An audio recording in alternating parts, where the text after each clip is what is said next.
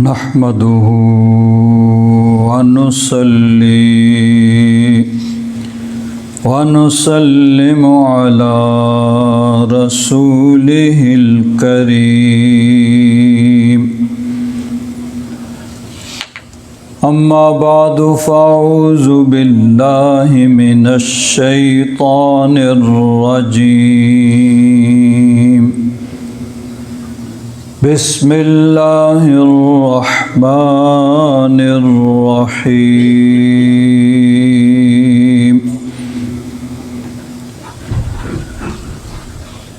لقد من الله على المؤمنين إذ بعث فيهم رسولا من أنفسهم يتلو عليهم آياته ويزكيهم ويعلمهم الكتاب والحكمة وإن كانوا من قبل لفي ضلال مبين آمنت بالله صدق الله مولانا العظيم وبلغنا رسوله النبي الأمين الكريم ونحن على ذلك لمن الشاهدين والشاكرين والحمد لله رب العالمين إن الله وملائكته يصلون على النبي يا أيها الذين آمنوا صلوا عليه وسلموا تسليما اللهم صل على سيدنا ومولانا محمد وعلى آل سيدنا ومولانا محمد وبارك وسلم صلاة وسلاما عليك يا سيدي يا رسول الله وعلى آلك وأصحابك يا سيدي يا حبيب الله بلغ العلا بكماله كشف الدجى بجماله حسنت جميع خصاله صلوا عليه وآله يا صاحب الجمال ويا سيد البشر من وجهك المنير لقد نور القمر لا يمكن الثناء كما كان حقه بعد الخدا بزرگ توئی قصہ مختصر۔ حضرات محترم، نبی مکرم شفیع معظم صلی اللہ تعالیٰ علیہ وعلا آلہ واصحابہ وبارک وسلم نے جب اعلان نبوت فرمایا تو مکہ کی اکثریت منکر اور کافر رہی، انہوں نے انکار کیا، لیکن جن کی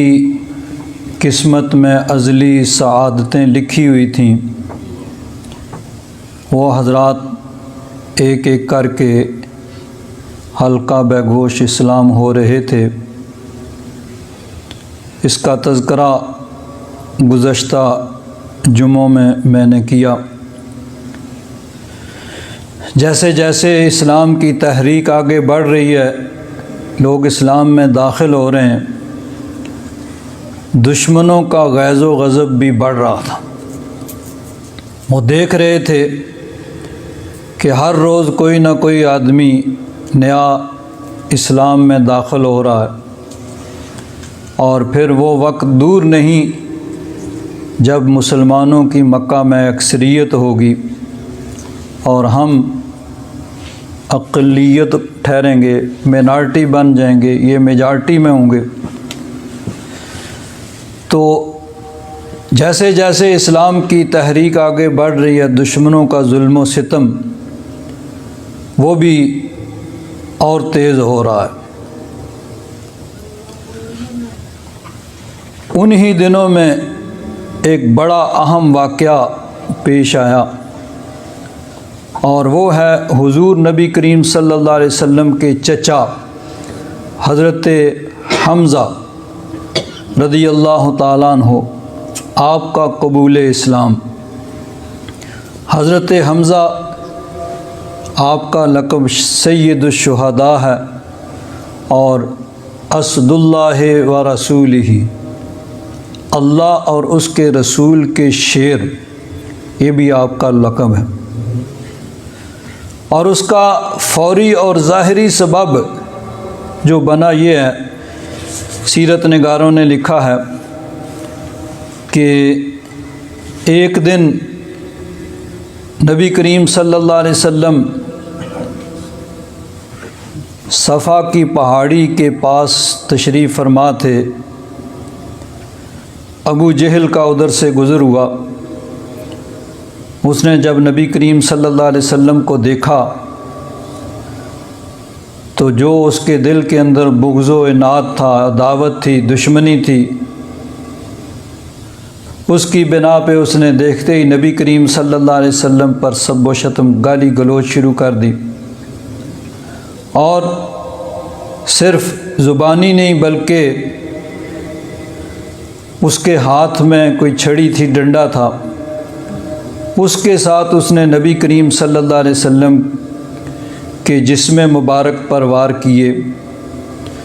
نبی کریم صلی اللہ علیہ وسلم کے جسم مبارک سے خون بہنے لگا، لیکن نبی کریم صلی اللہ علیہ وسلم تسلیم و رضا کے پیکر تھے، اللہ تبارک و تعالیٰ کی تقدیر پہ، اس کے فیصلوں پہ راضی تھے۔ اس نے اپنی فطرت کے مطابق جو کچھ کیا، حضور نے اپنی شان عالی کے مطابق اس کو برداشت کیا۔ ابو جہل اپنے دل کا غصہ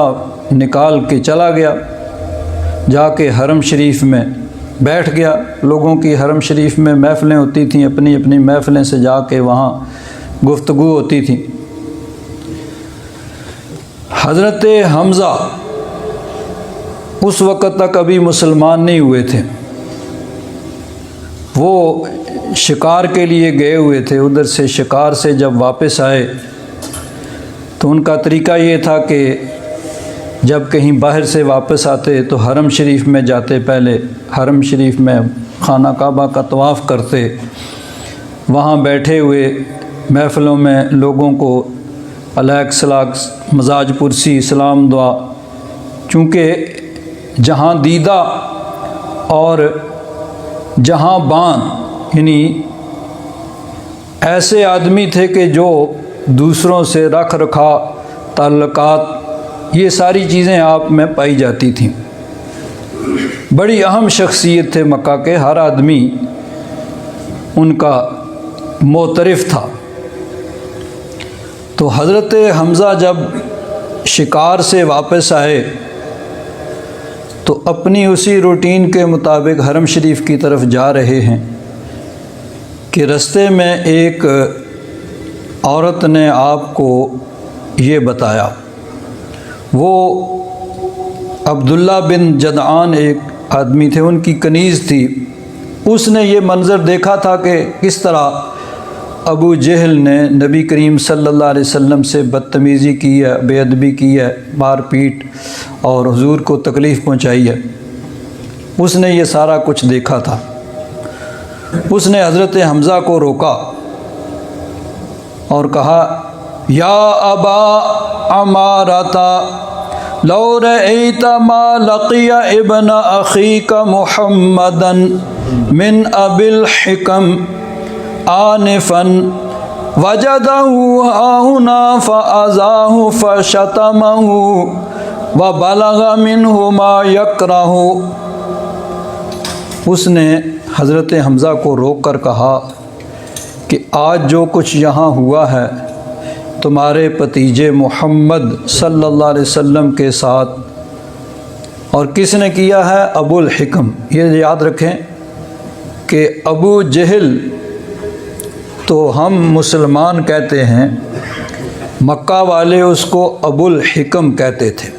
بڑا ہی دانا، زیرک اور جہاں باں، جو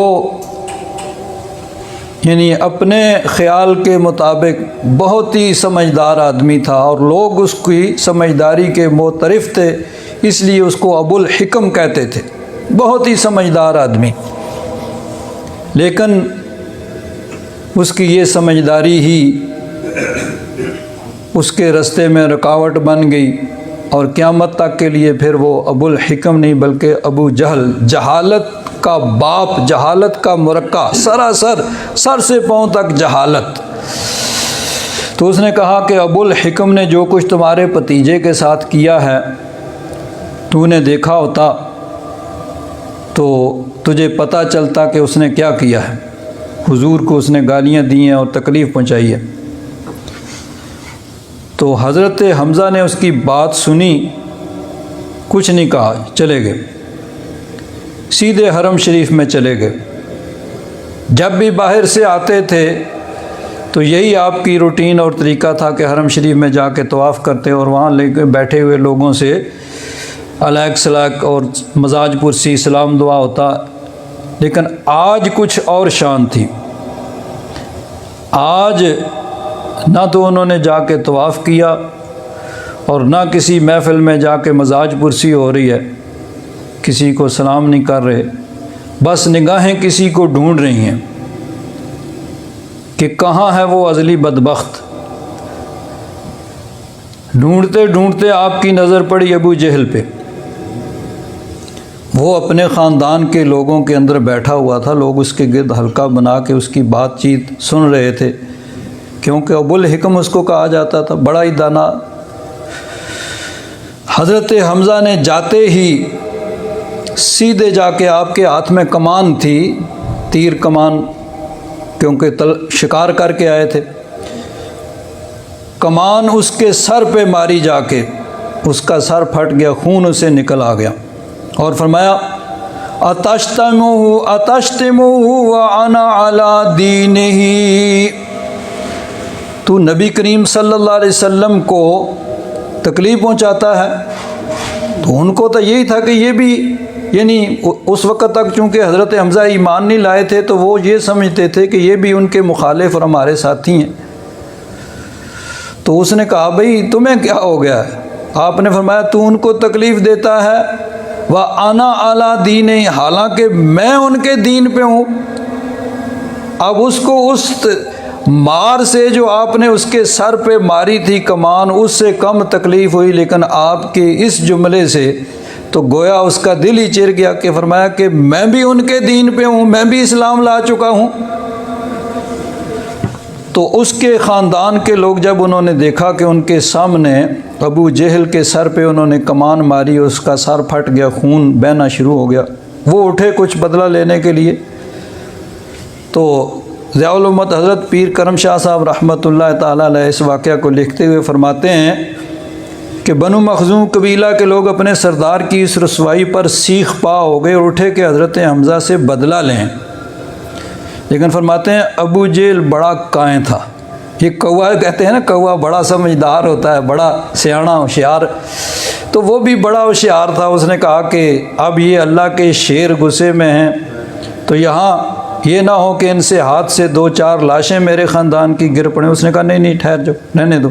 ان کو تکلیف ہوئی ہے، ان کے بھتیجے کو چونکہ میں نے مارا تھا تو کوئی بات نہیں ہے۔ اس نے ان کو ٹھنڈا کیا اور کہا دعوا ابا امارۃ فانی واللہ قد سببت ابن اخیہ سبا قبیحا، کہ میں نے چونکہ ان کے بھتیجے کو تکلیف پہنچائی تھی تو ان کو اس وجہ سے تکلیف ہوئی ہے۔ ممکن ہے اس میں اس کی بھی یہ ہو کہ ٹھیک ہے بھئی اس طرح اس ہوا کو ٹھنڈا کیا جائے، بھئی اس کو ایک خاندانی، چونکہ ان کے خاندان کے آدمی کو میں نے تکلیف پہنچائی تو انہوں نے خاندانی رشتے سے بدلہ لیا، اس طریقے سے وہ آپ کو اسلام سے روکنا چاہتا ہو۔ یہ بھی ایک سازش اور طریقہ ہو سکتا ہے، بھئی چلو جو ہوا وہ ہوا، کم از کم یہ مسلمان تو نہ ہوں،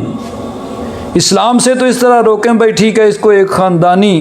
جھگڑا کہہ لیں کہ میں نے ان کے بھتیجے کو مارا، انہوں نے مجھے مارا اور بات ختم ہوگی بس۔ تو اس طریقے سے وہ یعنی اسلام سے آپ کو روکنا چاہتا ہو۔ لیکن حضرت حمزہ نے تو فرمایا اتشتمہ وانا علی دینہ، تو حضرت حمزہ اسی وقت مسلمان ہوئے۔ حضرت پیر کرم شاہ صاحب رحمۃ اللہ تعالیٰ علیہ نے یہاں ایک روایت لکھی ہے سیرت نگاروں کے حوالے سے کہ اس وقت تو حضرت حمزہ جوش میں تھے، اس کے سر پہ کمان ماری، اس کو زخمی بھی کیا، اور اگر وہ اور آتے تو شاید اور وہاں 2-4 لاشیں بھی گرتی، لیکن بہرحال اس نے ہوشیاری کا مظاہرہ کیا اور معاملے کو ٹھنڈا کر دیا ابو جہل نے۔ لیکن گھر آ کے آپ نے سوچا کہ میں نے یعنی یہ روایت بھی ہے چونکہ کتابوں میں، اس لیے اس کو لکھا بھی گیا ہے۔ تو فرماتے ہیں کہ حضرت حمزہ جب گھر آئے تو سوچنے لگے کہ میں نے وہاں غصے میں بات تو کر دی کہ میں بھی ان کے دین پہ ہوں، لیکن میری قوم جو ہے اکثریت وہ اسی پرانے دین پہ ہے، بتوں کی پجاری ہے، اور میں نے بغیر سوچے سمجھے اس دین پہ ہونے کا اعلان کر دیا۔ رات بھر سوچتے رہے کہ کیا کروں۔ صبح نبی کریم صلی اللہ علیہ وسلم کی بارگاہ میں حاضر ہوئے اور آ کے عرض کرتے ہیں یا ابن اخی انی قد وقعت فی امر لا اعرف المخرج۔ آپ نے آ کے کہا کہ میں ایک ایسی الجھن کے اندر، ایسی مصیبت میں پھنس گیا ہوں کہ مجھے پتہ نہیں چل رہا کہ اس سے کیسے نکلوں۔ وَإِقَامَةُ مِثْلِي عَلَى مَا لَا أَدْرِي مَا هُوَ أَرُشْدٌ أَمْ هُوَ غَيٌّ شَدِيدٌ وَحَدِّثْنِي قَدْ اشْتَهَيْتُ يَا ابْنَ أَخِي أَن تُحَدِّثَنِي۔ آ کے عرض کیا کہ بڑی الجھن میں ہوں، میں نے اعلان تو کر دیا ہے لیکن ابھی تک مجھے یہ کامل یقین نہیں ہے کہ آیا واقعی یہ ہدایت ہے یا کہ یہ گمراہی ہے، تو اس لیے آپ مجھ سے بات چیت کیجئے، میری الجھن کو دور کیجئے۔ تو حضرت پیر کرم شاہ صاحب فرماتے ہیں عقل و دل و نگاہ کے مرشد، عقل و دل و نگاہ کے مرشد کامل یعنی نبی کریم صلی اللہ علیہ وسلم نے حضرت حمزہ کے بے تاب دل کی طرف توجہ کی، کیونکہ اللہ تبارک و تعالیٰ نے ارشاد فرمایا ہے لَقَدْ مَنَّ اللَّهُ عَلَى الْمُؤْمِنِينَ، بے شک اللہ تبارک و تعالیٰ نے مومنوں پہ احسان کیا، اذ بعث فیہم رسولا من انفسہم، اللہ تبارک و تعالیٰ نے انہی میں سے ایک رسول ان میں بھیجا، یتلو علیہم آیاتہ ویزکیہم وَيُعَلِّمُهُمُ الْكِتَابَ وَالْحِکْمَةَ، یہ محبوب، یہ رسول ان پہ کتاب و حکمت، ان کو کتاب و حکمت سکھاتا ہے اللہ کی آیات تلاوت کرتا ہے اور ان کے دلوں کو پاک کرتا ہے۔ وَإِن كَانُوا مِن قَبْلُ لَفِي ضَلَالٍ مُبِينٍ، اگرچہ اس سے پہلے وہ کھلی گمراہی میں تھے۔ یعنی یہ مضمون قرآن پاک میں متعدد مقامات پہ آیا ہے۔ حضرت ابراہیم علیہ السلام اور حضرت اسماعیل علیہ السلام جب خانہ کعبہ کی تعمیر کر رہے ہیں، تعمیر کرتے ہوئے بھی انہوں نے جو دعا کی اس میں بھی اس کا تذکرہ ہے۔ اللہ تبارک و تعالی پہلے سپارے میں اس کا تذکرہ فرمایا، وَإِذْ يَرْفَعُ إِبْرَاهِيمُ الْقَوَاعِدَ مِنَ الْبَيْتِ وَإِسْمَاعِيلُ، اس وقت کو یاد کرو جب حضرت ابراہیم علیہ السلام اور حضرت اسماعیل علیہ السلام بیت اللہ کی دیواریں اٹھا رہے تھے اور اللہ کی بارگاہ میں دعا کر رہے تھے، ربنا تقبل منا انک انت السمیع العلیم، یا رب ذوالجلال ہماری اس خدمت کو قبول فرما، تو سننے والا اور جاننے والا ہے۔ ربنا وَابْعَثْ فِيهِمْ رَسُولًا مِّنْ أَنفُسِهِمْ، آگے پہلے تو یہ دعا کی کہ ارنا مناسکنا وتب علینا انک انت التواب الرحیم، اس کے بعد پھر کہ اللہ کی بارگاہ میں پہلے تو دعا کی کہ یا رب ذوالجلال یہ ہماری خدمت تیرے گھر کی تعمیر کی جو کی ہے اس کو قبول فرما، اور آگے دعا کی ربنا وجعلنا مسلمین لک وارنا مناسکنا وتب علینا انک انت التواب الرحیم، اور پھر دعا کرتے ہیں ربنا وابعث فیہم رسولا من انفسہم یتلو علیہم آیاتک ویعلمہم الکتاب والحکمت ویزکیہم انک انت العزیز الحکیم۔ یا رب ذوالجلال یہاں جو ہماری اولاد اس مکہ شہر کے اندر بسے گی اسی کے اندر وہ بڑی شان والا رسول بھیج دے جو ان پہ تیری آیات کی تلاوت کرے، کتاب و حکمت ان کو سکھائے اور ان کے دلوں کو پاک کرے۔ تو اللہ تبارک و تعالیٰ نے محبوب کی شان یہ بیان فرمائی کہ محبوب دلوں کو پاک کرتے ہیں۔ تو نبی کریم صلی اللہ علیہ وسلم کی بارگاہ میں جب حضرت حمزہ نے آ کے یہ عرض کیا تو حضور نے بڑے ہی پیارے انداز میں اسلام کی صداقت اور حقانیت کے بارے میں ان کو بتایا، اور اس طرح دل پہ جو توجہ فرمائی تو سارے جتنے حجابات تھے وہ اٹھ گئے، سارے شکوک و شبہات دور ہو گئے، اور پھر سچے دل سے عرض کیا اشہد انک لصادق، میں گواہی دیتا ہوں کہ آپ سچے ہیں، اور اسی وقت پھر مسلمان ہو گئے۔ فَأَظْهَرَ يَا ابْنَ أَخِي دِينَكَ فَوَاللَّهِ مَا أُحِبُّ أَنَّ لِي مَا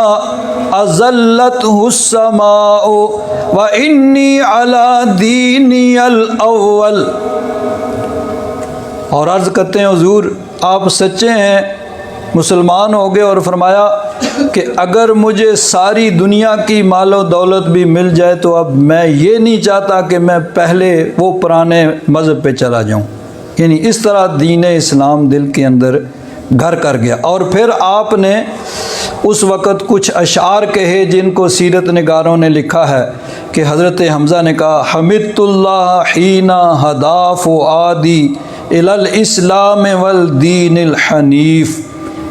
کہ میں اللہ تعالیٰ کی تعریف کرتا ہوں، اس کا شکر ہے کہ اس نے مجھے دین اسلام کو قبول کرنے کی توفیق عطا فرمائی۔ لدین جاء من رب عزیز خبیر بالعباد بہم لطیفی، وہ دین جو رب کریم کی طرف سے آیا ہے۔ اللہ تبارک و تعالیٰ نے اپنے بندوں پر احسان کیا ہے اور اپنے محبوب کو بھیجا ہے جو اس دین کی تبلیغ کرتے ہیں۔ تو حضرت حمزہ یعنی اسی وقت مسلمان ہوئے۔ اس بارے میں ایک اور روایت بھی یہ لکھی گئی ہے کہ حضرت حمزہ نے جب ابو جہل کو مارا، اس کے سر پہ کمان ماری، اس کا سر زخمی کیا، تو پھر سیدھے حضور کی بارگاہ میں آئے تو آ کے کہا کہ اے بھتیجے، میں نے آپ کا بدلہ لے لیا ہے، مجھے پتہ چلا ہے کہ جو کچھ ابو جہل نے کیا تھا، اور میں نے بھی ادھار نہیں رکھا ہے کہ چلو کل کر لیں گے، ابھی میں اس کا سر زخمی کر کے اس کو خونو خون کر کے آیا ہوں، میں نے آپ کا بدلہ لے لیا ہے۔ تو نبی کریم صلی اللہ علیہ وسلم نے فرمایا چچا میں ایسی باتوں سے خوش نہیں ہوتا، اگر میرا دل ٹھنڈا کرنا ہے تو انہوں نے کہا پھر آپ کا دل کیسے ٹھنڈا ہوگا؟ حضور نے فرمایا کہ میرا دل تب ٹھنڈا ہوگا جب تم پڑھو گے اشہد اللہ الہ الا اللہ واشہد ان محمدا عبدہ ورسولہ۔ میرا دل تو تب ٹھنڈا ہوگا جب آپ یہ بتوں کی پوجا چھوڑیں گے۔ اللہ کے گھر میں جو بتوں کی پوجا ہو رہی ہے اس کے خلاف آپ بھی میرا دست و بازو بنیں گے اور دین اسلام کو قبول کر کے دین اسلام کی ترویج و اشاعت اور ترقی کے لیے آپ میرے دست و بازو بنیں گے، میرا دل تو تب ٹھنڈا ہوگا۔ تو حضرت حمزہ نے کہا کہ میں ابھی آپ کے دل کو ٹھنڈا کرنے کے لیے ابھی کلمہ پڑھتا ہوں۔ تو بہرحال دو تین روایتیں ہیں، بنیادی نقطہ یہی ہے کہ ابو جہل نے جو نبی کریم صلی اللہ علیہ وسلم کو تکلیف پہنچائی، اذیت پہنچائی، وہ سبب بنا حضرت حمزہ کے ایمان لانے کا۔ تو اسلام کے پودے کو اللہ تبارک و تعالیٰ نے یہ اس میں طاقت رکھی ہے کہ جتنا کہ دبا دو گے اتنا ہی یہ ابھرے گا، کہ جتنا دشمنان اسلام جو بھی کوشش کریں گے اپنی طرف سے اسلام کو مٹانے کے لیے، اللہ تبارک و تعالیٰ اسی میں سے کوئی اسلام کی ترقی کا ذریعہ بنا دے گا۔ دشمن اپنی کوشش کے مطابق، اپنے خیال کے مطابق اسلام کو مٹانے کے لیے کوئی کوشش کریں گے، اللہ تبارک و تعالیٰ اسی کو اسلام کی ترقی کا سبب بنا دیتا ہے۔ تو حضرت حمزہ کے ظاہری ایمان لانے کا سبب یہی واقعہ بنا، اور نبی کریم صلی اللہ علیہ وسلم چونکہ راضی برضا ہیں، آپ نے اس کی جو اس نے بدتمیزی کی، تکلیف پہنچائی، مارا پیٹا، آپ کا جسم مبارک زخمی کیا، آپ نے تو کچھ نہیں کیا، لیکن اللہ تبارک و تعالیٰ نے آپ کا دل اس طرح ٹھنڈا کیا کہ آپ کے چچا وہ ایمان لے آئے۔ تو اللہ تبارک و تعالیٰ بھی فرماتا ہے ان مع العسر یسرا ان مع العسر یسرا، کہ ہر تکلیف کے بعد آسانی ہے۔ اور مفسرین فرماتے ہیں کہ عسر دو دفعہ، یعنی ایک تکلیف، اور یسر دو دفعہ بیان ہوا، یعنی ایک تکلیف پہ اللہ تبارک و تعالیٰ دو آسانیاں عطا فرماتا ہے۔ تو اللہ تبارک و تعالیٰ نے اسی واقعہ کو حضرت حمزہ کے اسلام کا سبب بنا دیا۔ حفیظ جلندری نے بھی حضرت حمزہ کے ایمان کے واقعہ کو ایک باقاعدہ باب قائم کر کے ذکر کیا ہے۔ کہتے ہیں شجاع نامور فرزند عبد المطلب حمزہ، وہ ام مصطفیٰ علی نسب والا حسب حمزہ، وہ حمزہ جس کو شاہ سواران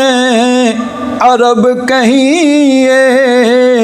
جسے جان عرب لکھیے، جسے شان عرب کہیے۔ اور چونکہ اس واقعہ سے پہلے وہ ابھی تک مسلمان نہیں ہوئے تھے، تو کہتے ہیں اگرچہ اب بھی اپنے کفر کی حالت پہ قائم تھے، مگر فخر رسل کی دائمی الفت پہ قائم تھے، اس واقعہ سے پہلے بے شک وہ ایمان نہیں لائے تھے، لیکن اس رشتہ داری کی بنا پہ حضور کے ساتھ بہرحال ان کو ہمدردی تھی، محبت تھی، الفت تھی، لیکن مشیت تھی کہ ان کے دم سے تقویت ملے حق کو، مٹے باطل سے شان ظاہری شوکت ملے حق کو۔ اللہ تبارک و تعالیٰ کی تقدیر اور مشیت یہ تھی کہ ان کے ذریعے سے اللہ تبارک و تعالیٰ اسلام کو شوکت عطا فرمائے۔ اللہ تبارک و تعالیٰ نے اس واقعہ کے ذریعے اس واقعہ کو ان کے اسلام کا سبب بنایا۔ اب حضرت حمزہ ایمان کب لائے اس کے بارے میں 3 روایات ہیں، 6 نبوی یعنی نبی کریم صلی اللہ علیہ وسلم کے اعلان نبوت بعثت، کیونکہ مکہ میں اعلان نبوت کے بعد حضور 13 برس رہے، تو مکہ میں جو واقعات ہیں ان کو اعلان نبوی یا بعثت کے حساب سے شمار کیا جاتا ہے کہ بعثت کے پہلے سال یہ واقعہ ہوا، دوسرے تیسرے چوتھے اس طرح 13 برس، اور پھر حضور ہجرت کر کے مدینہ شریف تشریف لے گئے تو وہاں سے پھر آگے اس طرح شمار کیا جاتا ہے کہ ہجرت کے پہلے سال یعنی یکم ہجری یعنی پہلے سال ہجرت کے دوسرے تیسرے یہ ہے، تو ہجرت سے پہلے جو ہے 13 برس ان کو نبوی کہا جاتا ہے کہ 1 نبوی 2 3 4 5 نبوی یعنی اس طرح اس کو کہا جاتا ہے۔ تو بعثت کا 6واں سال تھا یا 5واں سال تھا، ایک قول دوسرے سال کا ہے کہ دوسرا سال تھا حضور کے اعلان نبوت کا جب حضرت حمزہ ایمان لائے، اور حضرت پیر کرم شاہ صاحب رحمۃ اللہ تعالیٰ علیہ کا رجحان اسی طرف ہے کہ وہ دوسرا سال تھا۔ تو حضرت حمزہ ایمان لانے کے بعد پھر آپ نے ساری عمر اسلام کی خاطر اسلام کی ترویج و اشاعت کے لیے کوشش کی، اور بالآخر غزوہ احد کے اندر آپ کی شہادت ہوئی۔ حضرت حمزہ رضی اللہ تعالیٰ عنہ غزوہ احد کے اندر شہادت کا مرتبہ آپ نے حاصل کیا، اور سید الشہداء کا لقب آپ کو ملا، اسد اللہ و رسولہ۔ امام بخاری رحمۃ اللہ تعالیٰ علیہ نے کتاب المغازی کے اندر جہاں احد کا باب قائم کیا، اس میں ایک خاص باب قائم کیا، باب و قتل حمزہ رضی اللہ تعالیٰ عنہ، حضرت حمزہ کے قتل کا واقعہ جس میں انہوں نے ذکر کیا کہ غزوہ بدر کے اندر حضرت حمزہ کے ہاتھوں بڑے بڑے سردار مکہ کے قتل ہوئے تھے، تو اس کے بعد 1 سال تک مکہ والوں نے تیاری کی اس کا بدلہ لینے کے لیے، اور لوگ تیار کیے کہ جس کے بڑوں کو حضرت حمزہ نے شہید کیا تھا اس نے کسی کو تیار کیا کہ تمہیں یہ انعام ملے گا، تم حمزہ کو شہید کر دو، کسی نے حضرت علی کو شہید کرنے کے لیے کسی کو تیار کیا، اور نبی کریم صلی اللہ علیہ وسلم کی بارگاہ سے تو سبھی خیرات بٹ رہی تھی، حضور نبی کریم صلی اللہ علیہ وسلم کے لیے تو انہوں نے بہت سے، اللہ تبارک و تعالیٰ کی تقدیر یہی تھی کہ اللہ تعالیٰ نے نبی کریم صلی اللہ علیہ وسلم کو بھی محفوظ رکھا اور حضرت علی کو، لیکن حضرت حمزہ کے لیے ایک شخص تھے وحشی جن کا نام تھا، حبشی تھے، غلام تھے، ان کو ایک نے تیار کیا کہ اگر تو انہیں قتل کر دے تو تو آزاد ہے۔ چنانچہ خود پھر حضرت وحشی یہ بعد میں پھر مسلمان ہو گئے تھے، تو ان سے یہ واقعہ روایت کیا گیا ہے کہ وہ کہتے ہیں کہ غزوہ احد کے موقع پہ حضرت حمزہ آپ کی تلوار چل رہی تھی اور کافروں کو کاٹ رہی تھی، تو کہتے ہیں میں ایک جگہ ایک پتھر ایک چٹان کی اوٹ میں چھپ کر بیٹھا ہوا تھا اور میرے ہاتھ میں برچھا تھا لوہے کا، تو اسی طاق میں تھا کیونکہ ان کے مالک نے کہا تھا کہ حضرت حمزہ کو شہید کر دو تم آزاد ہو، تو کہتے ہیں کہ میں طاق میں بیٹھا ہوا تھا، جب حضرت حمزہ قریب سے گزرے تو میں نے نشانہ لگا کے وہ برچھا پھینکا، سیدھا آپ کے پیٹ میں لگا اور پیچھے سے وہ جا کے نکلا، اور اسی وجہ سے حضرت حمزہ کی پھر شہادت ہوئی۔ اور پھر شہادت کے بعد یہ واقعات مشہور ہیں کہ ہندہ جو حضرت ابو سفیان کی بیوی تھی اور ابھی تک وہ دونوں اس وقت تک مسلمان نہیں ہوئے تھے، اس نے حضرت حمزہ کے پیٹ کو چاک کیا اور ان کے کلیجے کو نکال کے چبایا، ان کے مسلح کیا یعنی ناک کان کاٹا، آنکھیں نکال دیں۔ بہرحال حضرت حمزہ کی اس وقت شہادت ہو گئی۔ نبی کریم صلی اللہ علیہ وسلم نے جنگ کے بعد حضرت حمزہ کی آپ میت پہ تشریف لائے، دیکھا حضرت حمزہ کا پیٹ چاک کیا ہوا ہے اور آنکھیں نکالی ہوئی ہیں، ناک کٹا ہوا ہے اور اس طرح مسلح کیا ہوا ہے، چیڑے کو بگاڑا ہوا ہے۔ تو نبی کریم صلی اللہ علیہ وسلم نے فرمایا کہ میری پھوپھی اور حضرت حمزہ کی بہن حضرت صفیہ ان کو دکھ ہوگا، ورنہ میں چاہتا ہوں کہ حضرت حمزہ کی لاش کو اسی طرح رہنے دوں، اور قیامت کے دن یہ اس طرح یہاں لاش رہے، پرندے نوچ کے لے جائیں، اور پھر قیامت کے دن پرندوں کے پوٹوں سے اور درندوں کے پیٹوں سے ان کے جسم کے اعضاء ظاہر ہوں۔ یعنی حضور نبی کریم صلی اللہ علیہ وسلم کو اتنا اس بات کا دکھ تھا حضور کے چچا کی شہادت، اور پھر شہادت کے بعد جس طرح ان کا مسلح کیا گیا، ان کی شکل کو بگاڑا گیا، نبی کریم صلی اللہ علیہ وسلم کو انتہائی دکھ تھا۔ حضور نبی کریم صلی اللہ علیہ وسلم ہمیشہ حضرت حمزہ کی قبر مبارک پہ آ کے حاضری دیتے، اور یہ بھی ہے کہ ہر سال آپ کی نماز جنازہ پڑھتے، اور وصال سے پہلے بھی نبی کریم صلی اللہ علیہ وسلم نے آپ کی قبر پہ آ کے آپ کی نماز جنازہ پڑھی۔ حضرت حمزہ رضی اللہ تعالیٰ عنہ کا مزار پاک احد شریف کے دامن میں ہے، یعنی اب تو وہاں نہ مزار ہے نہ قبر کا نشان ہے، صرف ایک چار دیواری ہے، اس کے اندر احد کے شہداء، وہاں حضرت حمزہ کی قبر مبارک ہے۔ اہل مدینہ میں آج بھی مشہور ہے، اہل مدینہ میں آج بھی یہ بات مشہور ہے کہ اگر کسی کو کوئی الجھن ہو، کوئی تکلیف ہو، کوئی پریشانی ہو، تو حضرت امیر حمزہ کی قبر پہ جا کے فاتحہ شریف پڑھے،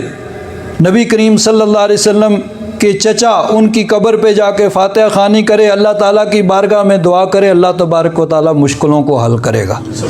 تو یعنی اہل مدینہ میں 1400 سال سے سینہ بہ سینہ یہ چیز چلی آ رہی ہے کہ حضرت حمزہ کی قبر پہ جا کے فاتحہ خوانی کر کے اللہ تعالیٰ کی بارگاہ میں دعا کی جائے تو اللہ تبارک و تعالیٰ مشکلوں کو آسان فرماتا ہے۔ اور بہت سے ہمارے بزرگوں سے، خاص طور پر قطب مدینہ حضرت علامہ ضیاء الدین مدنی رحمۃ اللہ تعالیٰ علیہ، جو خلیفہ اعلیٰ حضرت تھے اور 80 برس تک مدینہ منورہ میں رہے، اور وہیں پہ ان کا وصال ہوا اور جنت البقیع میں ان کی تدفین ہوئی، تو ان کا تو یہ معمول تھا کہ جب بھی کبھی کوئی مشکل وقت آئے تو چلے جاؤ حضرت حمزہ کے مزار پہ، وہاں فاتحہ خوانی کرو، اللہ تعالیٰ کی بارگاہ میں دعا کرو، اللہ تبارک و تعالیٰ کرم فرماتا ہے۔ تو نبی کریم صلی اللہ علیہ وسلم کے یہ چچا تھے، اور پھر حبشی جو واشی تھے جنہوں نے قتل کیا تھا، جب مکہ فتح ہوا تو ان کو یہ فکر ہوئی کہ حضور کے چچا کو میں نے قتل کیا ہے تو مجھے تو کبھی معافی نہیں مل سکتی، وہ بھاگ کے طائف چلے گئے۔ وہاں سے ایک وفد نبی کریم صلی اللہ علیہ وسلم کی بارگاہ میں جا رہا تھا، ان کو پتہ چلا کہ جو وفد جاتا ہے حضور کی بارگاہ میں، حضور ان کو کچھ نہیں کہتے، وہ بھی اس وفد میں شامل ہو گئے۔ اس وفد میں شامل ہو کے مدینہ منورہ آ گئے۔ جب حضور کے سامنے آئے تو حضور نے دیکھ کے فرمایا انت وحشی، یہ ساری پوری تفصیل امام بخاری نے اسی باب کے اندر قتل و حمزہ تھا اس میں نقل کی ہے کہ حضور نے فرمایا انت وحشی، کیا تو وحشی ہے؟ کہتے ہیں قلت نعم، میں نے کہا ہاں۔ قال انت قتلت حمزہ، حضور نے فرمایا کیا تو نے میرے چچا حضرت حمزہ کو شہید کیا تھا؟ قلت قد کان من الامر ما بلغک، انہوں نے کہا بات تو ایسے جیسے آپ کو خبر ملی ہے، بات درست ہے۔ تو اب چونکہ انہوں نے اسلام قبول کر لیا تھا، ان کا اسلام قبول ہو گیا، اسلام کے بعد پھر پہلے کے گناہ جو ہیں وہ معاف ہو جاتے ہیں، لیکن نبی کریم صلی اللہ علیہ وسلم نے فرمایا فَهَلْ تَسْتَطِيعُ أَن تَغِيبَ وَجْهَكَ عَنِّي، حضور نے فرمایا ٹھیک ہے تو مسلمان ہے، تیرا اسلام قبول ہے، لیکن ایک کام تو کر سکتا ہے کہ تو میرے سامنے نہ آیا کرے، جب تو سامنے آتا ہے تو مجھے چچا یاد آتا ہے، اور پھر میرے چچا کے ساتھ جو احد کے میدان میں جو کچھ ہوا وہ سارا منظر میرے سامنے آ جاتا ہے، تو اس لیے تو ایک یوں کہ مہربانی کر کہ تو مسلمان ہے اور سارے مسلمانوں کے رائٹ تیرے پاس ہیں دنیا میں بھی اور بروز قیامت بھی، لیکن تو ایک کام کر کے تو کر سکتا ہے کہ تو میرے سامنے نہ آیا کرے۔ تو پھر وہ کبھی نبی کریم صلی اللہ علیہ وسلم کے سامنے اس طرح نہیں آئے کہ ان کو دیکھ کے حضور کو چچا یاد، لیکن وہ فرماتے ہیں جب حضور کا وصال ہو گیا، ادھر مسیلمہ کذاب نے اعلان نبوت کر دیا اور بہت بڑا ایک فتنہ کھڑا ہو گیا اسلام کے اندر، جھوٹا نبی کھڑا ہو گیا۔ حضرت صدیق اکبر نے جو لشکر بھیجا مسیلمہ کذاب کے ساتھ لڑنے کے لیے، حضرت واشی بھی اس میں شامل ہو گئے، اور شامل ہو کے وہ پھر مسیلمہ کذاب کی طاق میں بیٹھے رہی۔ ظاہر بات ہے کوئی آسان کام نہیں تھا، اس کا لشکر کا وہ امیر تھا اپنے لشکر کا، لیکن بہرحال وہ اس کی طاق میں بیٹھے ہوئے جب ان کی رینج میں ان کے سامنے وہ آیا تو اسی طرح انہوں نے اس پہ بھی وار کیا اور مسیلمہ کذاب کو انہوں نے قتل کر دیا۔ تو پھر وہ کہا کرتے تھے کہ اگر میں نے اللہ کے شیر کو، اللہ کی بہترین ایک بندے کو اگر قتل کیا ہے تو بدترین آدمی کو بھی میں نے قتل کیا ہے، ہو سکتا ہے اس کے بدلے میں اللہ تبارک و تعالیٰ میری اس خطا کو معاف فرما دے۔ بہرحال وہ جو انہوں نے کیا تھا وہ جہالت میں کیا تھا، اسلام کے ذریعے سے ان کی خطائیں وہ ساری معاف ہو گئیں، لیکن انہوں نے اس کا بدلہ اس طرح کیا کہ مسیلمہ کذاب کو پھر حضرت وحشی نے قتل کیا۔ اللہ تبارک و تعالیٰ ان کے مزارات پہ اپنا رحمتوں کا نزول فرمائے، اللہ تبارک و تعالیٰ اپنا فضل اور کرم فرمائے۔ وآخر دعوانا الحمد للہ رب العالمین۔